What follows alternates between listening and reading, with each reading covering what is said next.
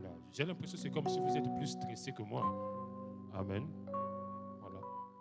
Les choses de Dieu, ce sont les choses de l'esprit. Ce ne sont pas les choses de la chair. Il n'y a pas d'effort ni de force à mettre à l'intérieur. Amen. Quand le Saint-Esprit veut libérer quelque chose, il le libère naturellement. Tu n'as pas besoin de souffrir, de torturer. Même quand tu penses que tu fais mal, le Saint-Esprit est en train de faire très bien. Amen. Donc les choses ne dépendent pas de ton jugement personnel, mais ça dépend de ce que le Saint-Esprit veut faire entendre à son peuple. Amen. Hein? Voilà pourquoi il faut être dans la joie. Parce que j'ai beaucoup remarqué, tous les prédicateurs, surtout dans ce ministère, ils sont toujours stressés. Même quand tu montes ici, tu as l'impression, donc c'est comme si il est venu accomplir une mission impossible. Et la mission impossibilité, c'est une chose de l'esprit. Mets-toi seulement debout, le Saint-Esprit va s'occuper du reste. Amen. Que les gens disent Amen, qu'ils disent pas Amen, ce qui est sûr, c'est que le Saint-Esprit va toucher quelqu'un. Parce qu'il ne peut pas t'avoir mandaté et puis ne rien faire. Il faut forcément que quelque chose se fasse. Bon, après je vous ferai asseoir et je vais vous raconter une histoire qui va vous faire plaisir. En rapport avec ce que je suis en train de dire. Psaume 24. Psaume 24. Le psaume 24. Nous prenons le verset 1 et puis nous allons prendre le verset 10. Le psaume 24. Et puis nous allons prendre nous prenons le verset 1 et nous allons prendre le verset 10. Psaume 24, le verset 1 dit: le Seigneur possède le monde et ses richesses, la terre et tous ses habitants. Le verset 10 dit ceci: qui est ce roi glorieux? C'est le Seigneur de l'univers. C'est lui, le roi glorieux. Amen. Tu vas t'asseoir.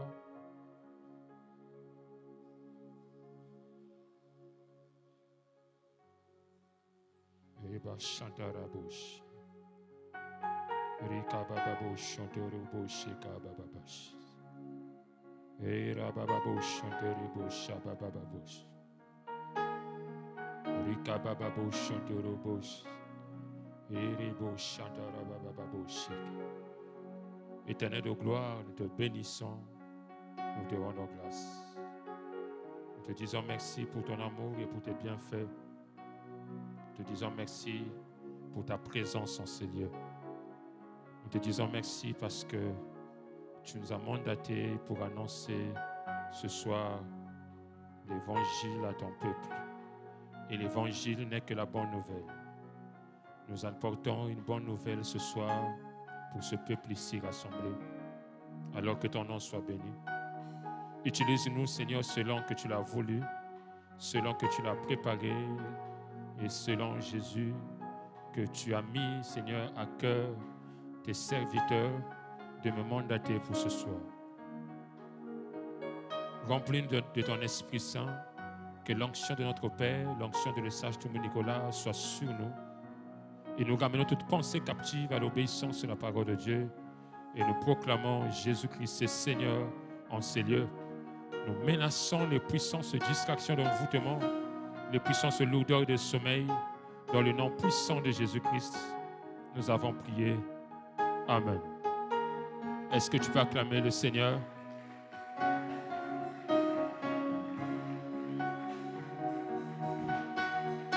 Amen. Alléluia. Je voulais lire aussi un verset. Merci pour le fond sonore.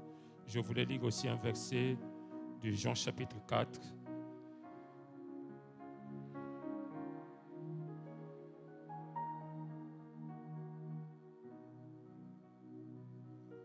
Jean chapitre 4.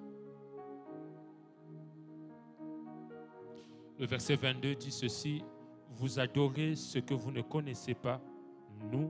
Nous adorons ce que nous connaissons, car le salut vient des Juifs. Amen.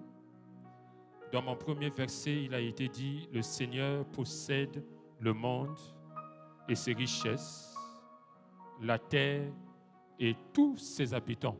Que le Seigneur soit béni pour notre papa, le sage Toumou Nicolas. Que le Seigneur soit béni aussi pour notre coordonnateur qui m'a mandaté ce soir pour partager la parole de Dieu, et que le peuple de Dieu aussi soit béni. Amen. Peut-être que je serai long ce soir ou je serai très bref, je ne sais pas, selon la manière que l'Esprit de Dieu va nous conduire et selon la manière que le cordeau aussi va me discipliner de loin là où il se trouve. Ça va me permettre d'être bref, lent, je ne sais pas. Mais une chose est sûre, c'est que ce soir, je ne viens pas faire une forme de mathématique ou une magie, je ne sais pas, spirituelle. C'est seulement nous aider à mieux connaître le Seigneur pour mieux avancer avec lui. Amen. J'aimerais que tu sois attentif parce que l'une des choses qui nous empêche d'aller loin avec le Seigneur, c'est aussi le manque de connaissances. L'intimité avec Dieu se fait voir aussi par la manière que tu connais Dieu. Je ne parle pas de connaître tes combats ou de connaître les sorciers de ta famille, mais je parle de connaître Dieu lui-même. Amen. Nzambe fo yebaye. Soki nzambe yebi ete, tozo yebaye ete, et que la moi pas si pour que le musika na nzambe to pour moi makamine na nzambe. Amen. Les choses de Dieu marchent aussi avec la connaissance. C'est pourquoi l'apôtre Pierre pouvait dire, je pense que c'est 2 Pierre au chapitre 1, le verset, je crois, 6, il disait, à la foi, ajouter la vertu, et à la vertu, ajouter la science, la connaissance. Cette connaissance-là, ce n'est pas la connaissance des mathématiques et des sciences physiques. Non, non, non. C'est la connaissance de Dieu. Amen. Foyer Banzambe. Et j'aime aussi un verset de la Bible où Jésus-Christ dit à ses disciples, je ne vous appellerai plus disciples, mais je vous appellerai qui? Mes amis, parce que le disciple ne connaît pas ce qui fait son maître, mais l'ami connaît ce que fait son ami. Et c'est là où vous allez vous rendre compte qu'en réalité, lorsque le Seigneur nous a appelés, ce n'est pas pour que nous soyons seulement des enfants de Dieu, non. Le Seigneur nous a appelés pour que nous soyons des enfants de Dieu, ensuite que nous devenions des fils de Dieu, et à la fin nous devenons des filles, des amis de Dieu, et comme nous devenons l'épouse de Dieu. C'est-à-dire que Dieu veut que tu puisses évoluer dans la relation que tu as avec lui. Lorsque un bébé vient de naître, c'est un enfant. Plus qu'il grandit, plus qu'il prend de la maturité, ça devient un fils, une fille à qui on peut confier des responsabilités. Et plus que l'enfant grandit, vous allez remarquer qu'à un certain âge, l'enfant devient comme l'ami de son père ou comme l'ami de sa mère. Amen. Ça veut dire que l'intimité grandit. Mais Dieu nous emmène encore dans une autre dimension où il t'enlève carrément au niveau de l'ami, il t'emmène au niveau de l'épouse. Parce que l'épouse connaît mieux son époux que l'ami connaît son ami. Amen. Et pour que tu puisses grandir, tu puisses quitter à l'étape d'enfant pour devenir un fils, et quitter à l'étape de fils pour devenir un ami, quitter à l'étape d'ami pour devenir une épouse, il faut avoir quoi? La connaissance de Dieu. C'est la connaissance de Dieu qui va te faire grandir dans ta relation avec Dieu. C'est la connaissance de Dieu qui va te donner la maturité spirituelle. Parce que le problème avec beaucoup de chrétiens, si nous ne sommes pas bénis, si nous n'expérimentons pas les choses extraordinaires avec Dieu, ce n'est pas un problème de prière, ce n'est pas un problème de jeûne, c'est un problème de maturité spirituelle. La Bible dit, tant que l'héritier est un enfant, il n'est pas différent d'un esclave. Pour que tu deviennes un fils, tu dois avoir quoi? La connaissance. Mais pas la connaissance des choses trop compliquées, mais la connaissance de Dieu lui-même. C'est pourquoi Jésus disait à la femme samaritaine, nous connaissons qui nous adorons, mais vous ne savez pas qui vous adorez. Tu peux venir ici le dimanche, tu es assis, mais tu ne connais pas Dieu. Tu peux connaître les sorciers de ta famille, mais tu ne connais pas Dieu. Tu peux connaître tes combats, tu es conscient de tes combats, mais tu ne connais pas Dieu. La personne qui connaît Dieu ne se comporte pas comme tout le monde. La personne qui connaît Dieu ne parle pas comme tout le monde. La personne qui connaît Dieu, c'est une personne qui a arrêté même de prier et à faire des supplications à tout moment. Mais c'est une personne qui est emmenée à déclarer parce qu'il sait qui il est. Amen. Hein? La personne qui connaît Dieu, je ne dis pas qu'il ne peut pas supplier Dieu, parce que Dieu est Dieu, il faut supplier des fois. Mais la personne qui connaît Dieu est emmenée plus à déclarer des choses. Parce qu'il connaît son ami, il connaît son mari. Amen. Maman Létu connaît Papa Rufin. Elle n'a pas besoin que Papa Griffin soit là pour dire ce que Papa Griffin aime ou Papa Griffin n'aime pas. Parce qu'elle le connaît bien. Quand tu connais Dieu, tu n'as même pas besoin qu'on te lise des versets bibliques pour savoir ce que Dieu veut et ce que Dieu ne veut pas. Tu es capable de déclarer des choses à la place même de Dieu et Dieu va les accomplir. C'est pourquoi il y a un homme puissant au Nigeria que j'aime beaucoup, il est mort, il qui aimait dire à Dieu, Seigneur, arrête, ça ce n'est pas ton problème, laisse-moi gérer. Pour arriver à ce niveau d'assurance, il faut que tu sois l'ami de Dieu. Amen. Hein?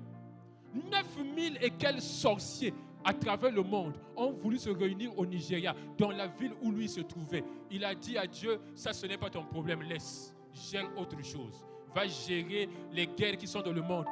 Laisse-moi gérer cette histoire. Il a dit aux sorciers, si vous venez au Nigeria et vous faites la réunion, je ne suis pas serviteur de Dieu. On l'a invité sur un plateau de télévision en face d'un sorcier. Il a dit aux sorciers, si tu reconnais tout à l'heure que tu es sorcier, tu vas tomber, mourir, les gens vont te porter. Il a dit aux sorciers, est-ce que tu es sorcier? Le sorcier a dit, non, je ne suis pas sorcier. Parce que quand tu connais Dieu, tu déclares des paroles avec assurance et les paroles s'accomplissent. Amen. Hein? Le problème avec beaucoup trop de chrétiens, qui nienga bilela lela, c'est parce que tu es bien nzambe malamuté. Tu es bien mouké, mais tu es bien pienté. Et papa c'est, vous savez, depuis qu'il est parti, tout le monde a remarqué que ses enseignements ont beaucoup évolué et ont beaucoup grandi. Amen. Parce que là où il est parti, Dieu l'a emmené à mieux connaître Dieu. Vous savez, il y a des réalités que tu peux vivre dans la vie qui vont te mener à bien connaître Dieu. Quand tu es ici sur place, tu es ici,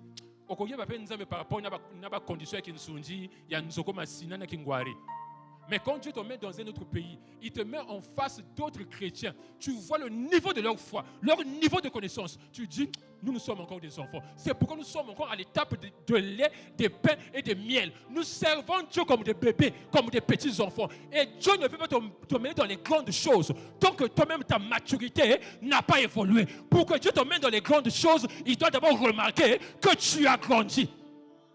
Quand il remarque que tu as grandi, il commence à te confier même des choses qui sont censées, qu'on doit confier aussi à un enfant qui a fait quoi? Qui a grandi. Amen. Nous sommes encore à l'étape d'enfant. Vous savez, plusieurs ici, nous ne sommes même pas encore des fils de Dieu.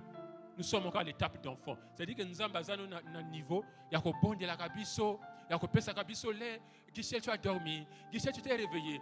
Et tu es encore à ce niveau-là spirituellement. Tu n'es même pas encore à l'étape de fils. Alors l'étape d'ami, tu es très loin. Amen. Pourquoi nous ne sommes pas bénis?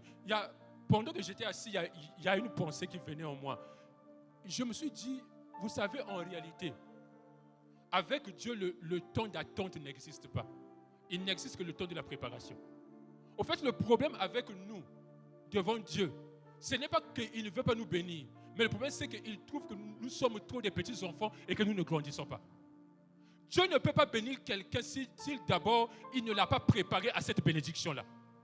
Si tu n'es pas prêt pour une bénédiction, Dieu ne veut pas te donner cette bénédiction. C'est pourquoi je disais ici dernièrement, l'attitude que tu vas avoir après la prière a la même valeur que la prière que tu as faite. Ceux qui n'ont là, tu te comportes encore comme un petit enfant. Sois sûr d'une chose, que la bénédiction que tu espères, Dieu ne peut pas te la donner. Pour que Dieu te donne cette bénédiction, il doit d'abord voir que tu as grandi spirituellement, que tu es maintenant mature et il peut te confier cette bénédiction-là. Tu demandes le mariage, mais tu n'es pas mature. Tu demandes le travail, mais tu n'es pas mature. Tu demandes l'onction, mais Dieu sait que si je donne à Nathanaël l'onction de la prophétie, il va faire du n'importe quoi et je vais le perdre parce qu'il n'est pas encore mature. C'est un enfant. Pour que Dieu fasse de toi un prophète puissant, il doit d'abord voir que tu es mature spirituellement. Tu peux maîtriser ce qu'il te donne. Tu peux maîtriser le don qu'il t'a donné, les besoins qu'il t'a donné. Si Dieu remarque que tu ne peux pas maîtriser la chose qu'il veut te donner, il ne te la donnera pas. C'est pourquoi il a dit, même si tout ce qui se trouve dans la maison du Père appartient à l'enfant, mais tant qu'il est encore petit, il n'est pas différent de qui? D'un esclave, et on ne peut pas lui confier des grandes choses. Chrétiens, grandissons. Si on ne grandit pas, on va retarder notre bénédiction et notre élévation. Dieu ne peut élever que les gens qui sont matures. La Bible dit ceci, une bénédiction promptement acquise ne sera pas bénie à la fin. Ça veut dire, les pamboli oyo et yembangu sont plutôt à la préparer au kobungi sango. Saoul a perdu la royauté parce que Dieu ne l'avait pas préparé pour la royauté. On a pris seulement comme ça un bonjour, il est devenu roi. Il ne savait pas quoi faire. Dieu s'est dit pour la deuxième fois, je ne ferai pas cette erreur. Il a oint David à 17 ans, l'a donné la royauté à 30 ans et l'a préparé pendant 13 ans. C'est pourquoi il est resté sur le trône et il était affermi. Pour que tu sois affermi dans ta bénédiction, Dieu doit te préparer. Donc en réalité, ce que toi tu appelles attente, ce n'est pas une attente, c'est une préparation. Et pour que la préparation aille vite, tu dois t'ouvrir toi-même à quoi ? À cette préparation-là. Malheureusement, il y a trop de chrétiens têtus et de chrétiens qui résistent. On veut t'aider, on veut te préparer, on veut te rendre mature, mais toi-même tu ne veux pas grandir. C'est-à-dire que depuis au Yéban Nzambe, position aux Zarakanango, tu veux garder la même position. Même quand les gens te disent, mon frère, fais ça, ma soeur, fais ça, le fait que tu n'acceptes pas qu'on puisse te modeler, te donner une forme, fait que aussi spirituellement, tu ne grandis pas. Tu as les mêmes combats que tu avais quand tu as connu Dieu, les mêmes problèmes que tu avais quand tu as connu Dieu, les mêmes rêves quand tu as connu Dieu. Ça veut dire spirituellement, tu ne grandis pas. Quand tu grandis spirituellement, ta façon de voir Dieu doit changer, de parler doit changer, tes rêves doivent changer, ta conception doit changer. Tu dois devenir de plus en plus docile. Quelqu'un qui connaît Dieu est docile. Il l'accepte facilement, il est obéissant. Si tu vois quelqu'un qui est têtu, qui n'est pas obéissant, il ne connaît pas Dieu. Même s'il prie, il ne connaît pas Dieu. Même s'il jeûne, il ne connaît pas Dieu. Tu ne connais pas. Même s'il chante, il ne connaît pas Dieu. Quelqu'un qui connaît Dieu est obéissant. Jésus était obéissant. La Bible dit que c'est par les choses qu'il a souffert qu'il a appris quoi ? L'obéissance. Un homme mature, c'est un homme qui apprend à obéir. Pourquoi je ne suis pas béni ? Mais comment Dieu va te donner le mariage, tu n'es pas prête pour le mariage. Même quand Dieu veut te préparer. Comment le mariage viendra ? Le mariage ne vient pas seulement par la prière, par le jeûne. Ça vient aussi par le caractère. Grandir avec Dieu, c'est avoir aussi un caractère qui ressemble à celui de Dieu. David n'était pas seulement l'homme selon le cœur de Dieu, mais il avait aussi le cœur de Dieu. Comment Dieu peut te livrer ton ennemi Saoul 2 fois, mais tu le laisses vivre? Saoul cherche ta mort. Dieu te le livre. Tu le vois en train de dormir. Mais aussi, quand il épée naïe, Saoul, tu as vu ton épée? J'étais à côté de toi. Mais tu dormais, je voulais te mourir, te tuer. Mais je t'ai laissé parce que tu es loin de Dieu. Saoul dit, mon fils, merci parce que tu m'as épargné. Je ne te chercherai plus. Je ne te ferai plus du mal. Quelques mois après, Saoul a oublié. Il a poursuivi encore David, pire que même avant. Dieu l'a encore livré pour la 2e fois. David est venu. Il a coupé seulement une partie de son habit. Il est reparti. Il a dit à Saoul, tu vois, Dieu vient de le livrer encore pour une 2e fois. Mais je ne t'ai pas touché. Papa, pour avoir ce cœur-là, il faut avoir le cœur de Dieu. Ezala Yonanga, il y a les bosses de Chiga, mais 2e fois. Mais David avait tellement le cœur de Dieu qu'il n'a pas touché à Saoul. D'ailleurs, si vous lisez l'histoire, vous verrez, le jour que Saoul est tombé au combat, il n'était pas encore mort. Il a dit à son garde-corps, tue-moi. Je préfère que je meure par ton épée que de me retrouver entre les mains des ennemis parce qu'ils vont me torturer, ils vont m'humilier. Le monsieur-là a osé tuer Saoul. Et il est allé voir David pour dire, j'étais au combat, le roi était blessé et il m'a dit de le tuer. Hein? David lui a dit, qui t'a donné l'autorisation de poser ta main sur un oint de Dieu? Il a dit à Joab, coupez-le en petits morceaux. Pourquoi? Parce que David était un homme mature. Quand tu es un chrétien immature, tu vas gérer les petites choses. Il a parlé contre moi, il a dit ça contre moi. C'est ça qui nous empêche de grandir. Quand Dieu voit ça, il sait que je ne peux pas, le ciel n'est pas encore prêt pour que je puisse lui confier des grandes responsabilités. Tu as des promesses. Tu as des choses que Dieu t'a promises. Mais pourquoi ces choses ne s'accomplissent pas? Parce que Dieu attend que tu puisses grandir. Le mariage qu'il t'a promis, il attend que tu grandisses. L'autre fois, Dieu disait, je ne sais pas à qui ici, le frère Guichel, je ne peux pas encore lui donner un ministère parce qu'il est trop colérique. Dieu sait que tu es trop colérique. Il ne peut pas te donner la charge des gens. Tu vas les taper. Dieu sait que tu es colérique. Il va te donner un mari, mais tu vas lui donner un coup de tête. Tu vas l'empoisonner. Vous savez, il y a des femmes qui ont eu la grâce de grandir en maturité dans le foyer. Parce que leur mari était patient. Ils étaient longs. Mais il y a des maris qui n'ont pas cette patience-là. Les lots bondi télévision, l'eau bondi téléphone, c'est mal bimi. Il ne te laissera pas casser le lit. Pourquoi pas télévision? Avec le téléphone, l'eau bimbeto, bima. Mais il y a des hommes à qui Dieu a donné cette maturité qui supportent ça. Jusqu'à ce qu'il va voir sa femme en train de faire quoi? De grandir et d'évoluer. Elle devient responsable. C'est une femme maintenant qu'on peut présenter devant les gens. Ça, c'est ma femme. On sait que c'est une femme qui a maintenant la maturité. Et à qui il peut confier aussi des choses et des responsabilités. On ne confie pas des responsabilités à n'importe qui. On ne confie des responsabilités qu'à ceux qui sont matures. Chrétiens de la CPV, grandissons.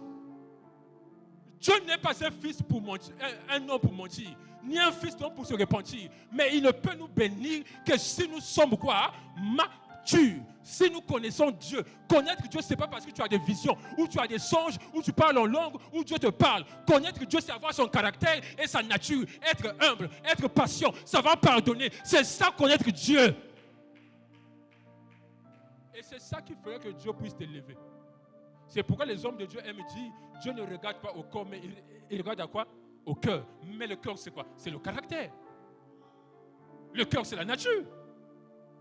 Vous ne connaissez pas qui vous adorez. Le Dieu que nous adorons, c'est un Dieu qui est grand. La Bible dit qu'il possède le monde, il possède les richesses, il possède les habitants de la terre. Mais pourquoi nous, ses enfants, on ne profite pas de ces richesses? C'est parce qu'on ne connaît pas même notre Dieu qu'on adore. Vous savez, si un enfant ne sait pas que son père c'est le président de la République, il peut se comporter comme n'importe qui. C'est le jour qu'il va commencer à découvrir qui est réellement son père, qui va commencer à faire quoi? À s'enorgueillir. Tu peux avoir grandi avec quelqu'un, son père était élevé. Mais tant qu'il ne savait pas que son père était élevé, il se comportait comme tout le monde. Jusqu'au jour où il va remarquer, oh, donc mon père est grand comme ça. Vous savez, les enfants de papa peuvent venir ici, que Dieu me pardonne de parler d'eux. Ils voient leur papa parler. Mais en réalité, ils ne savent pas qui est leur papa. Jusqu'au jour où ils deviennent matures, qu'ils comprennent que, oh, mais notre père, au fait, donc c'est le chef, au fait, d'ici. Eux aussi deviennent des chefs. Tu ne peux pas rentrer dans la divinité de Dieu, dans sa grandeur, si dans ta tête, tu n'as pas encore grandi. Tu vas te comporter comme un enfant, mais tu ne sais pas que ton père est grand. Et ton père te regarde et dit, mais cet enfant-là ne grandit pas. Cet enfant ne grandit pas. Même ton père, si tu remarques, mais lui, il ne grandit pas. J'ai envie de lui confier des charges. Mais il n'a pas encore grandi. Il n'a pas encore grandi. Ma soeur, ton mariage est là. Mais le problème, c'est la maturité qui te manque. Mon frère, ton travail est là. Mais le problème, c'est la maturité qui te manque. Mes sœurs, nos bénédictions sont là. Je vous assure. Si quelqu'un vous dit que Dieu ne nous bénit pas parce que nous ne prions pas, il vous a menti. Dieu peut bénir quelqu'un même qui ne prie pas. La chose avec nous, c'est que Dieu sait que nous sommes immatures. Dieu sait que les bénédictions qu'il peut nous donner seront des pièges pour nous. Que personne ne te dise que non, mais tu ne pries pas. Non, il faut prier maintenant différemment. Maintenant, quand tu vas commencer à prier, il faut monter sur le fauteuil de papa. Même avec des prières catholiques, Dieu bénit certaines personnes. Mais pourquoi il ne peut pas te bénir toi? Mais parce qu'il connaît ta nature. Il sait qui tu es. Si un mondain est plus mature que toi, Dieu va bénir le mondain et il va laisser le chrétien. Parce que quand Dieu bénit, il veut que celui qui l'a béni, qu'il soit une source de bénédiction pour les autres. Et s'il remarque qu'il y a un mondain qui peut bénir d'autres personnes, il bénira le mondain, il laissera le chrétien qui est encore immature, qui s'enorgueillit. Avec Dieu, ce n'est pas un problème de prier beaucoup, de jeûner beaucoup, mais c'est un problème de maturité. C'est là où papa, dans une vision que papa nous a expliqué, dans la vision, il a vu, nous les chrétiens, les gens de la communauté, nous étions en train d'envier des magistrats et des juges qui gagnent des salaires de 1 300 000 et 1 400 000. Et Dieu lui disait dans le songe, moi la terre m'appartient et toutes les richesses, l'or et l'argent est à moi.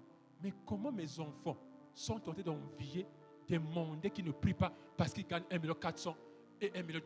Pourtant, moi, je peux leur donner plus que ça. Mais pourquoi ils ne nous donnent pas? Parce qu'ils savent que ce qu'on appelle ces guichets, à Bossani Mateya, l'objet wana y a une cravate, à comme il est orgueilleux, à comme il est mais moi, je n'ai pas le temps. Moi, vraiment, vous voyez, aujourd'hui, j'ai les affaires. Aujourd'hui, moi, papa, l'immaturité spirituelle fait que tes bénédictions sont bloquées.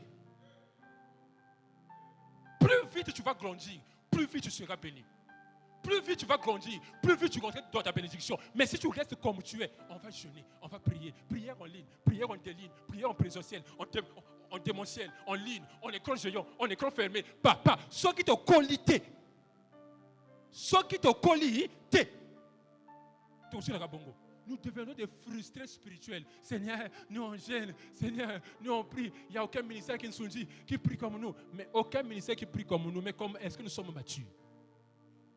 Est-ce que nous grandissons? Est-ce que nous acceptons qu'on puisse nous donner la forme? Le Seigneur dit quand un arbre porte des fruits, il fait quoi? Il le coupe et il le jette au feu. Mais quand un arbre porte des fruits, il fait quoi? Il le nettoie, émondé, coupé avec quoi?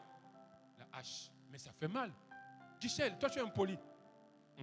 Vous savez, moi quand je suis arrivé à la communauté, tellement que ce comportement-là, je l'avais depuis chez mes parents. Je suis venu avec à la communauté. Papa parlait, je parlais. D'ailleurs, je l'ai encore jusqu'à aujourd'hui parce que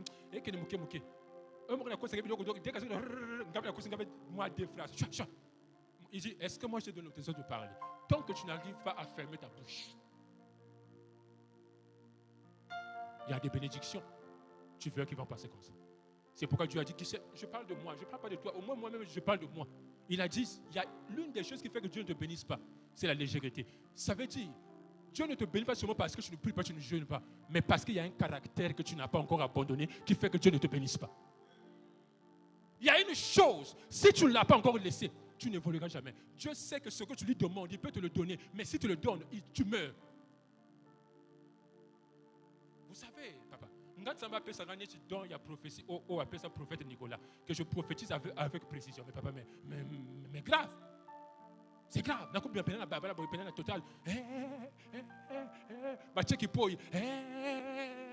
prophète. 45 ans au Koufi. Parce que Dieu savait que tu n'étais pas encore prêt. Le don est là. L'appel, tu l'as. Mais la maturité, tu ne l'as pas. Le mariage est là. Mais la maturité pour rentrer dans le mariage, ma sœur, tu ne l'as pas. Dieu sait que donc le mari peut te parler aujourd'hui.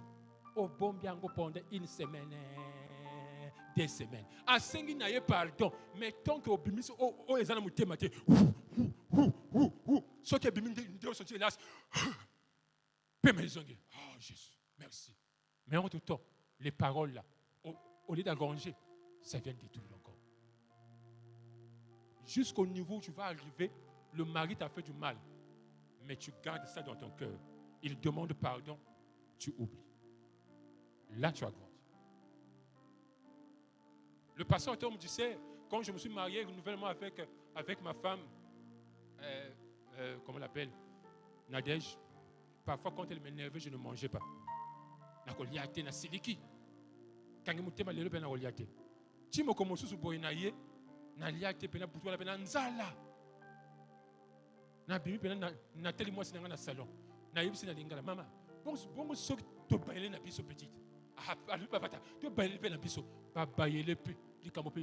personne ne s'est justifié, personne n'a accusé l'autre. Ils ont arrêté et il a dit jusqu'aujourd'hui, même quand on a un problème, je mange. On dort ensemble, on se réveille, on va à l'église, on adore. Et généralement, on peut monter jusqu'au même à l'autel de Dieu. On ne se parlait pas à la maison. Mais dès qu'on monte, on finit d'adorer. On se tient la main, on rentre à la maison, le problème est fini. La maturité. Ce sont les matures qui restent longtemps dans le mariage. Mais les immatures perdent le mariage. Non, on doit s'établir. Non, on doit s'établir. Dans notre famille, on avait dit, personne ne peut se marier. Mais est-ce que tu es mature? Parce que même les lois établies utilisent toujours un comportement ou un caractère pour te faire sortir du mariage. Soit l'impolitesse, soit les réactions, Et j'ai remarqué qu'aujourd'hui, les femmes sont devenues très colériques. Je ne sais pas pourquoi. Pourtant, la femme par nature, c'est la douceur. Mais le diable s'est arrangé pour qu'elle devienne colérique. Je ne sais pas pourquoi je parle aux femmes, mais je parle de la maturité. Amen. Soyons matures et Dieu nous bénira. Grandissons et Dieu nous bénira. Quand tu pries, ne perds pas beaucoup de temps pour dire je brise les sorciers de famille, je brise les mamies de famille. Prie beaucoup plus pour que Dieu change ton caractère, qu'il change ton comportement, qu'il te fasse grandir, qu'il ouvre ton cœur, qu'il brise ton cœur, que tu sois brisé, brisé, brisé. C'est le brisement qui te fera évoluer. Les combats ne finiront jamais, mais le brisement te donnera la victoire sur tes combats. Les combats ne vont jamais finir. Les sorciers de famille, tu ne les verras pas tous. Même le jour que tu mourras, il y a un sorcier qui va t'enterrer.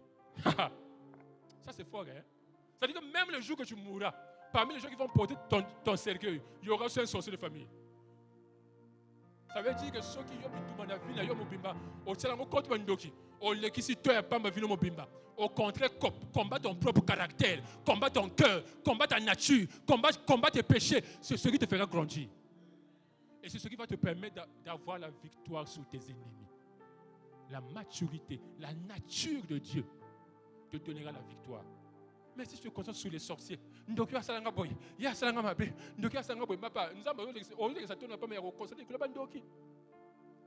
papa, Eliab, oui, c'est ça, vous faites Eliab. David, toi, tu dois combattre Goliath, mais lui, Eliab vient là, hey, petit prétentieux. Et il y a des gens qui perdent le temps avec les Eliab. Eliab, c'est un distracteur. Le problème, c'est Goliath, papa. Amen. Grandissons.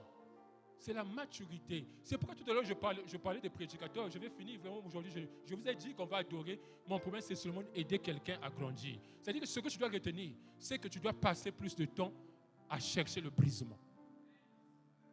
Il n'y a pas une prière qui dépasse le brisement. C'est-à-dire que te briser toi-même. Vous savez, une personne qui est brisée, même quand elle parle, tu sais que la personne est brisée. C'est-à-dire qu'il a une humilité quand il parle. Vous savez, il y a une erreur que vous ne devez jamais commettre.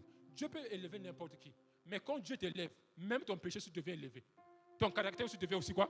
Élevé. Même ton mauvais caractère devient élevé. Ce qui était caché va devenir public. C'est le problème de plusieurs chrétiens que Dieu a élevé aujourd'hui à Kinshasa et un peu partout.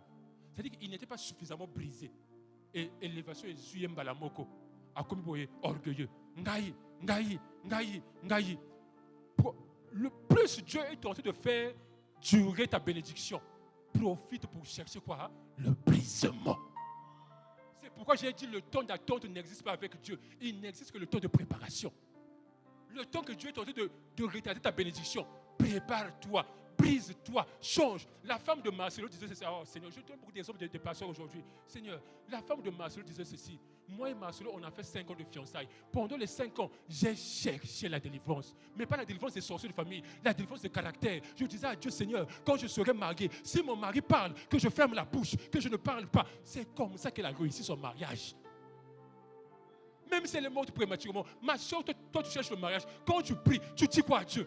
Mon frère, tu cherches l'élévation. Quand tu pries, tu dis quoi à Dieu? Seigneur, les sorciers, et ton comportement, et ton caractère, et ta nature, tu vas le briser quand?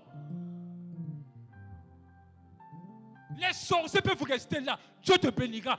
Satan restera là. Bon, je dis, si les sorciers meurent tous, bon, Satan peut accouper. Mais Satan restera, il est plus fort que les sorciers, les démons resteront, ils sont plus forts que les sorciers, les formations resteront, ils sont plus forts que les sorciers. Ça veut dire que ton problème à toi, ce n'est pas eux, ton problème à toi, c'est toi-même, ton caractère, ta nature, ton combat, c'est ça. Ton plus grand combat, c'est ta propre nature. Le plus grand combat de ta vie, c'est ta propre nature. La Bible dit ceci, un homme qui a la maîtrise de soi est plus fort qu'un général qui gagne des combats. Tu peux être un général, tu gagnes des combats, tu vas à Kinshasa, au Longi, Rwanda, au Longi, la France, au Longi, mais tu n'arrives pas à maîtriser ton propre caractère, tes propres pulsions, tes propres colères et ton propre corps. Mais la Bible dit dans Proverbe que celui qui arrive à maîtriser son corps, il est plus fort qu'un général.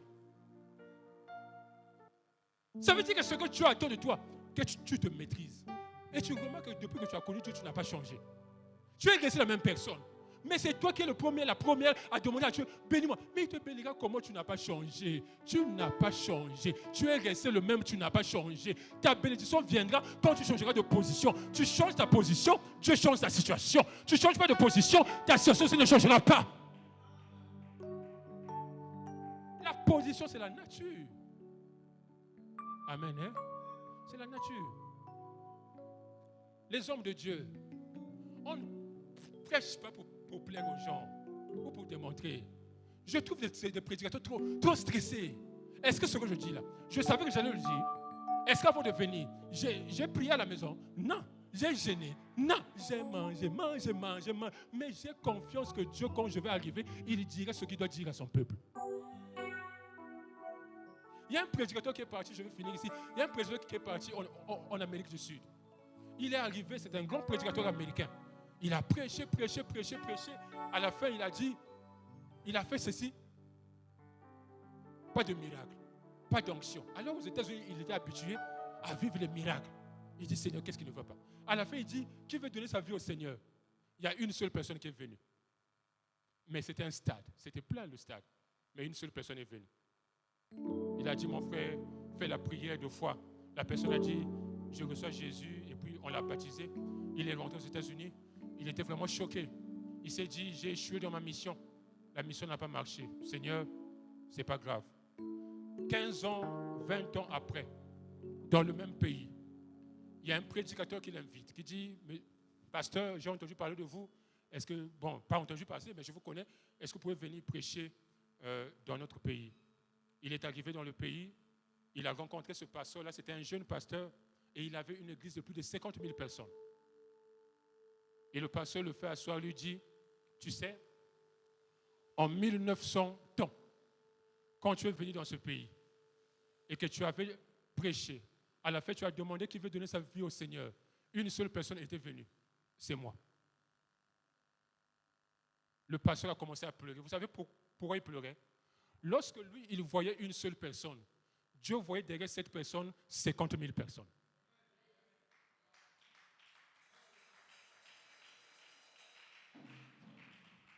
Toi, tu penses que tu as échoué parce que personne n'est tombé. Tu penses que tu as échoué parce que personne n'a fait l'Ntitumuka. Mais Dieu sait qu'il vient de bénir quelqu'un et cette personne sera une source de bénédiction pour 100 000 personnes.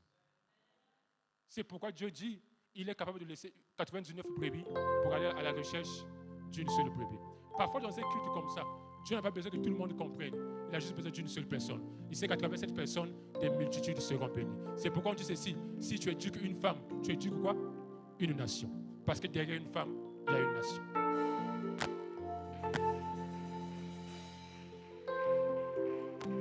Derrière un enfant bien éduqué, c'est une nation qui est sauvée. Parce que cet enfant peut devenir président un jour. Mais sa maman l'a appris à ne pas voler, à ne pas tuer, à ne pas insulter. Et la nation est bénie. C'est pourquoi la femme de Roland Dallot disait ceci, papa, excuse-moi, parce que je parle beaucoup des pasteurs. Sa femme disait, moi je vois souvent des femmes qui insultent leur mari. Il n'aime pas se laver, il est sale. La femme l'a dit, mais qui enfante les maris? C'est nous. Qui enfante les hommes? C'est nous. Ça veut dire, quand nous les enfantons, on les voit la saleté, on les voit les injures, et ils seront des maris propres. Parce que l'enfant que tu portes aujourd'hui, c'est le mari de quelqu'un un jour. Si tu l'as bien éduqué, cette femme-là sera heureuse. Mais s'il est mal éduqué, la femme-là sera malheureuse. C'est qui la responsable? C'est toi. Instruis bien tes enfants. C'est pas grave. On a déjà fini. C'est pas grave. Amen.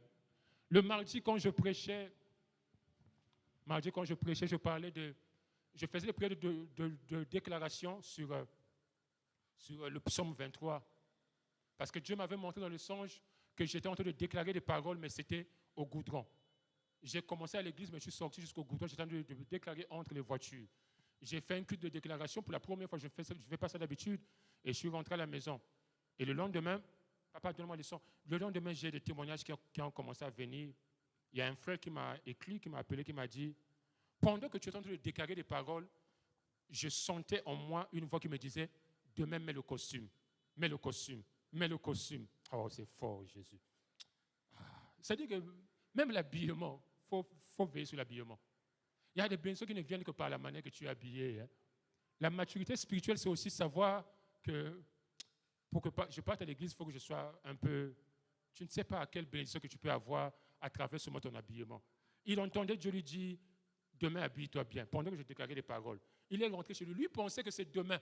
Quand tu vas se réveiller, il va mettre le costume et puis il va partir au travail ou soit, je ne sais pas où il devait partir. Mais quand il dort, Dans le songe, il voit sa tante qui l'appelle, qui lui dit « Mets le costume » et sort. Il met le costume dans le songe. Il voit Dieu l'emmener au goudron. Là où moi j'ai déclaré les paroles au goudron, Dieu l'emmène sur un goudron qui était ouvert et l'emmène dans un village éloigné. Il est arrivé là-bas. Dieu lui a dit « Prends ». Il a récupéré toutes ces bénédictions qui avaient été perdues. Et il est rentré avec ces bénédictions. Et ça ne s'est pas arrêté là. Il y a une sœur aussi ici dont je t'ai le nom, puisque c'est pas elle-même qui m'a partagé ça. Elle aussi, elle est arrivée. Dieu l'a ramenée dans le quartier où elle est née. Et elle est partie récupérer toutes ces bénédictions. Et moi-même, quand je dors, je rêve la même sœur qui a donné ce témoignage-là. Nous étions dans un quartier, mais un quartier sec, aride. Mais la sœur nous a dit, il n'y a pas d'eau dans ce quartier. Tout le monde à la communauté commençait à prendre son sac et à sortir de ce quartier pour aller dans un quartier où il y avait de l'eau. Je déclare au nom de Jésus-Christ que Dieu puisse te rendre toutes tes bénédictions qui ont été perdues. Que Dieu te les rende. C'est une saison où Dieu doit nous rendre les choses qui nous ont été volées et les choses que nous avons perdues. On n'a pas envie de forcer le corps pour ça. Déclare juste ta parole. C'est pourquoi je dis, quand tu as grandi dans la maturité, tu passes beaucoup plus de temps à déclarer des paroles. La Bible dit, ils l'ont vaincu à cause du sang de l'agneau et à cause de la parole de leur témoignage, la parole de leur déclaration. Ce que tu déclares, c'est ce qui va t'arriver. Ce que tu déclares, c'est ce qui arrivera. David aimait déclarer, je suis plus que vainqueur par celui qui m'a aimé. David aimait déclarer, je ne mourrai pas, je vivrai. Et je raconterai les œuvres de l'Éternel. Quand tu es en difficulté, quand les choses ne vont pas, qu'est-ce que tu fais? Tu pleures ou tu déclares? C'est pourquoi Daoud disait, Seigneur, laisse-la. Ça, c'est pas pour toi, c'est pour moi. Laisse-moi gérer. Les sorciers là vont partir. Et c'est à cause de lui que dans la console du Nigeria, on a dit que toute pratique de la sorcellerie est interdite. Parce que juste après ça, le président l'avait appelé. Quand il est arrivé chez le président a dit, à partir d'aujourd'hui, au Nigeria, la sorcellerie est interdite. Parce qu'un pasteur a osé déclarer et dire que si les sorciers viennent ici, je ne suis pas enfant de Dieu, ils mourront. Qu'est-ce que tu déclares? Qu'est-ce que tu dis quand tu pries? Tu déclares quoi? Tu pleures ou tu déclares? Tu pleures ou tu déclares? Si tu es mature, déclare. Et la chose va arriver. Papa nous a dit, mais comment vous pouvez comprendre? Vous êtes des enfants de Dieu, mais vous êtes en train d'envier les magistrats qui gagnent 1 300 000, alors que Dieu peut vous donner plus que ça. Pire encore, il a dit, vous êtes en train d'envier des gens qui ne plient pas, mais qui ont des parcelles en location. Mais pourquoi Dieu ne peut pas te donner, toi, des parcelles en location? L'or et l'argent appartiennent à Dieu. Si tu crois en Dieu, si tu déclares, il te donnera tout ce que tu veux. Ton problème, c'est la maturité. Papa nous a dit ceci, une fois je priais, pour finir avec mon père, une fois je priais, je disais à Dieu, donne-moi de l'argent. Et quand il est sorti au goudron à Mungali, vous connaissez la venue de la paix, il y a beaucoup de gens. Mais ce jour-là, il se retrouve quelque part, il voit de l'argent à terre. Il regarde à gauche, il regarde à terre. Oh, il dit, oh, mais c'est sur le chemin. Les gens n'ont pas vu ça. Il ramasse, il ouvre. C'est le montant exact qu'il avait demandé à Dieu. Dieu a fermé les yeux de tout le monde, mais c'est lui qui a vu. Et le pasteur Wafo disait une fois, un pasteur l'a invité au Ghana. Il dit, viens prêcher, il y a beaucoup d'argent. Tellement il était pauvre, il a dit, ça c'est une opportunité. Je vais aller au Ghana pour aller prêcher, je vais me faire de l'argent. Dieu lui a dit pendant qu'il priait, tu ne vas pas. Il a dit à Dieu, comment ça? Moi je souffre, je n'ai rien. Là-bas il y a l'argent, puis tu dis, tu ne vas pas. L'obéissance à Dieu, l'obéissance à Dieu, l'obéissance à Dieu. Le pasteur qui avait trouvé cette connexion pour l'humilier, l'a pris, l'a emmené dans un supermarché comme un casino. Il commençait à lui monter les sacs. Tu as vu le sac là? Tu as vu la paire de baskets?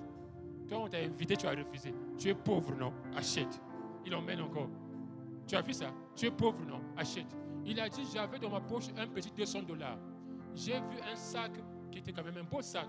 J'ai dit, je vais acheter ce sac-là. Je l'ai acheté. J'ai emmené le sac à la maison. Je l'ai négligé. Le lendemain, je voulais partir à l'église. J'ai pris le sac. J'ai dit, je vais mettre ma Bible à l'intérieur. J'ouvre le sac. Des billets et des billets, des liasses et des liasses et des liasses d'argent, des dollars, des dollars, des dollars et des dollars. Il a dit, cet argent-là, ça, ça faisait 20 fois plus que ce qu'on allait me donner au Canada où j'allais partir. L'obéissance à Dieu va te mener à un niveau que tu ne connais pas et que tu ne maîtrises pas. Quand j'ai voulu prendre de l'argent, j'ai dit peut-être que c'est une erreur qu'ils ont faite, c'est la recette. Je voulais sortir, Dieu m'a dit non, mon frère, c'est moi qui t'ai béni parce que tu as obéi. Que le Seigneur bénisse cette parole. Amen, au nom de Jésus-Christ.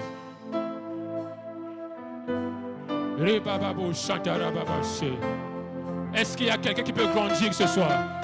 Est-ce que quelqu'un peut prier pour dire à Dieu, Seigneur, la maturité? Seigneur, brise-moi. Donne-moi la maturité, Seigneur. Je veux grandir, Seigneur.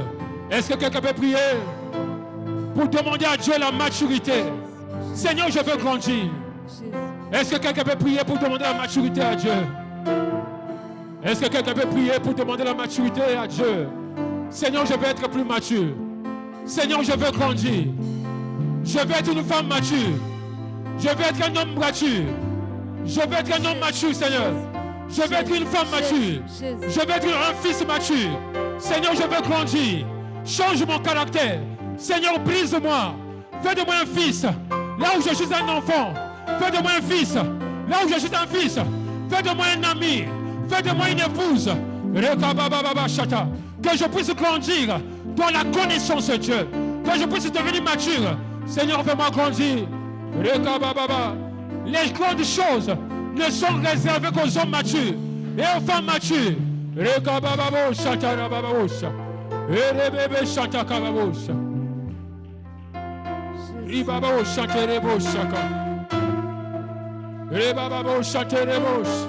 Est-ce que tu peux prier?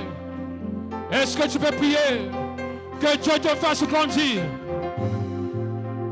Que Dieu te fasse grandir.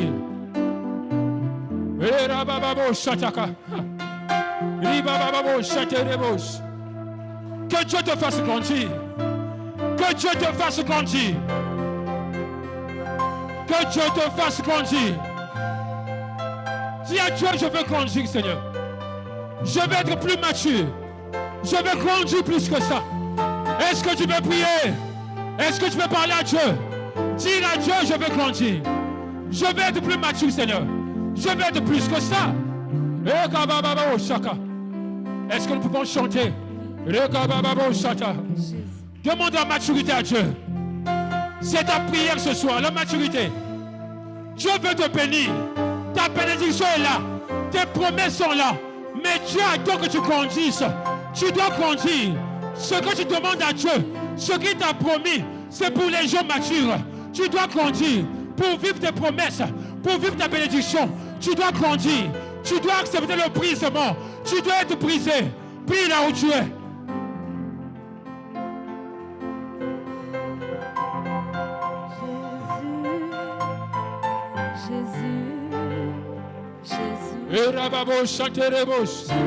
Est-ce que tu peux grandir?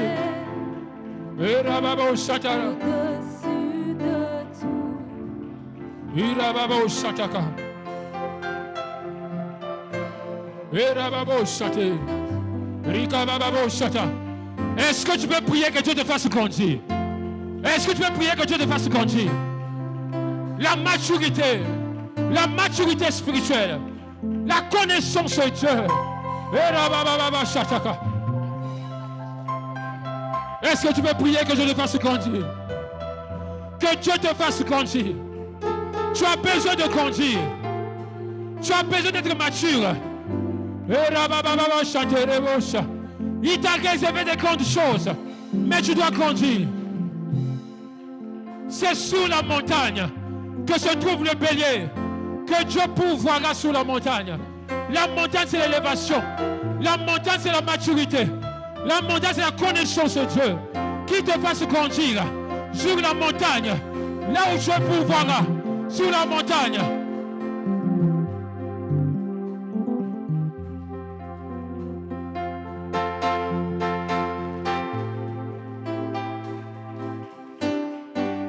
Est-ce que tu peux prier que Dieu te fasse grandir?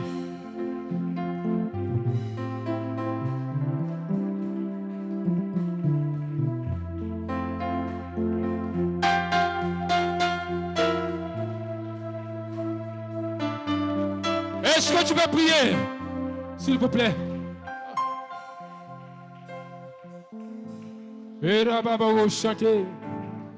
Continue de prier, continue de prier.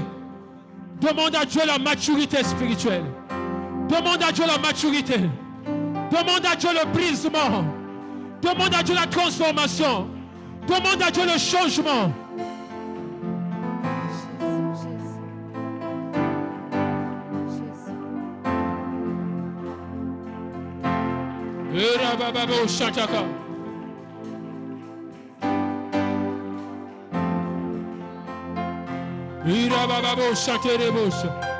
Jésus, Jésus, Jésus, Jésus, Jésus, tu es élevé au-dessus de tout. demande à Dieu la maturité. Jésus, Jésus, Jésus, Jésus, tu es élevé au-dessus de tout.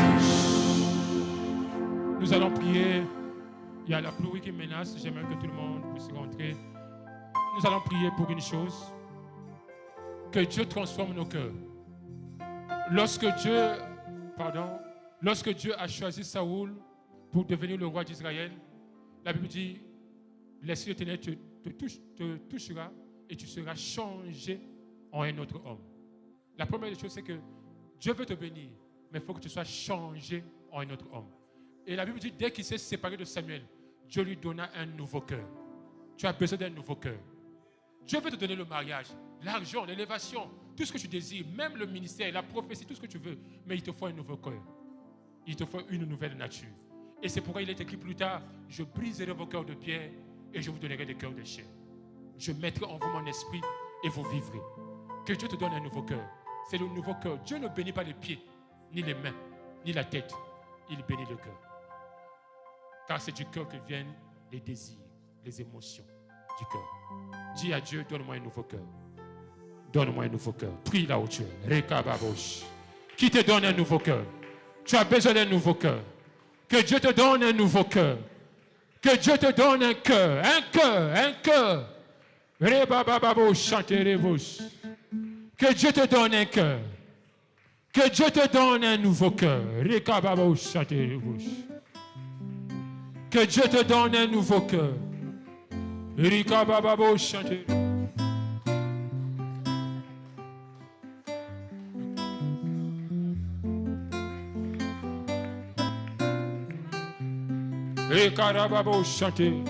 Que Dieu te donne un nouveau cœur. Est-ce que tu peux prier? C'est ta prière de ce soir, mon frère. Tu n'as pas besoin de beaucoup crier. Prie. Dieu, donne-moi un nouveau cœur. Donne-moi un nouveau cœur, Seigneur. Qui te donne un nouveau cœur? Tu as besoin d'un nouveau cœur.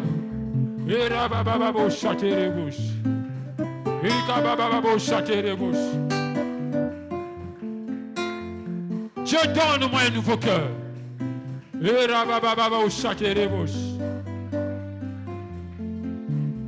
Donne-moi un nouveau cœur, Seigneur. Un cœur de femme mariée. Un cœur d'homme marié. Un cœur d'homme élevé. Un cœur de serviteur. Un cœur de serviteur de Dieu. Un cœur d'un homme élevé. Un cœur humble. Un cœur obéissant. Un cœur réceptif, Seigneur. Un cœur brisé. Donne-moi un cœur, Seigneur. Un cœur patient. Un cœur persévérant. Un cœur doux. Un cœur qui sait supporter les reproches. Qui sait supporter.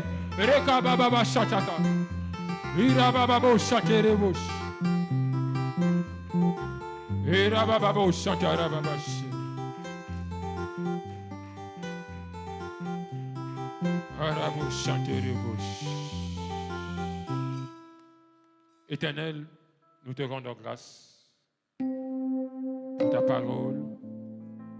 Nous te rendons grâce, Seigneur, pour ce message. Il est écrit qu'il envoya sa parole et sa parole est guérie. Que cette parole apporte le changement, la transformation dans la vie de ton peuple et dans ma vie, Seigneur. dans la vie de tous ceux qui ont accepté cette parole comme une bénédiction, que cette parole emmène la transformation et le changement. Ce changement qui nous emmènera à la maturité, à la connaissance de Christ et qui nous fera entrer dans notre bénédiction et dans les choses qui nous ont été promises. Avant que les enfants d'Israël arrivent dans la terre promise, tu as veillé à ce que pendant 40 ans, qu'ils soient préparés, brisés et qu'ils atteignent la maturité avant de prendre possession de la terre qui leur avait été promise. Et seul Josué est Seigneur qui a été préparé pour rentrer dans la terre promise. Je prie Seigneur ce soir pour que nous ne mourions pas dans le désert, mais que nous puissions accepter Seigneur cette transformation qui nous fera prendre en possession nos bénédictions. Que Dieu bénisse notre Père, qu'il bénisse ce ministère et qu'il bénisse tes serviteurs, tes servantes et ton peuple dans le nom de Jésus-Christ. Amen. Est-ce que tu peux acclamer le Seigneur? Rapidement, j'aimerais dire ceci parce qu'on va aller très vite. Dimanche, nous avons offrande de loyer. Dimanche, je ne sais pas c'est quand, c'est quelle date déjà?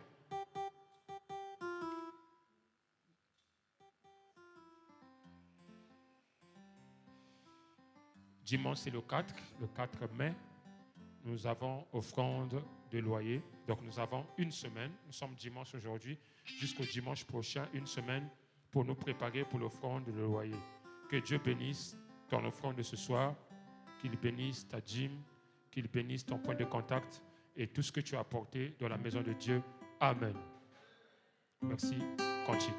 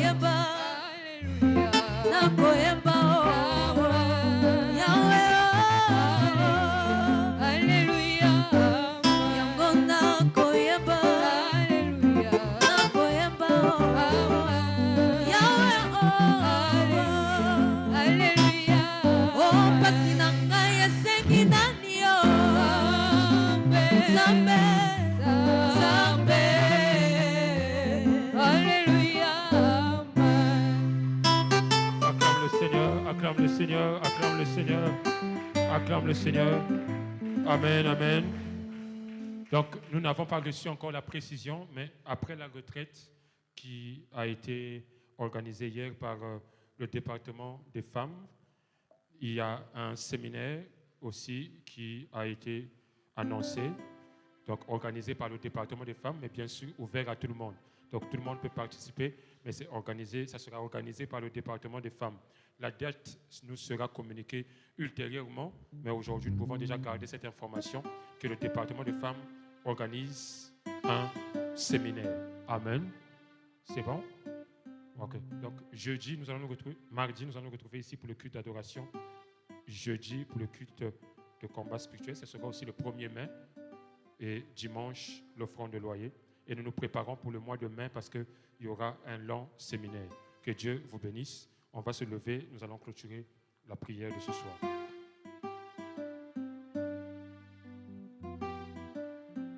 Pour ceux qui ne l'ont pas fait, ne manquez pas de souhaiter joyeux anniversaire à notre père de la maison, parce que hier c'était son anniversaire, mais il n'y avait pas culte.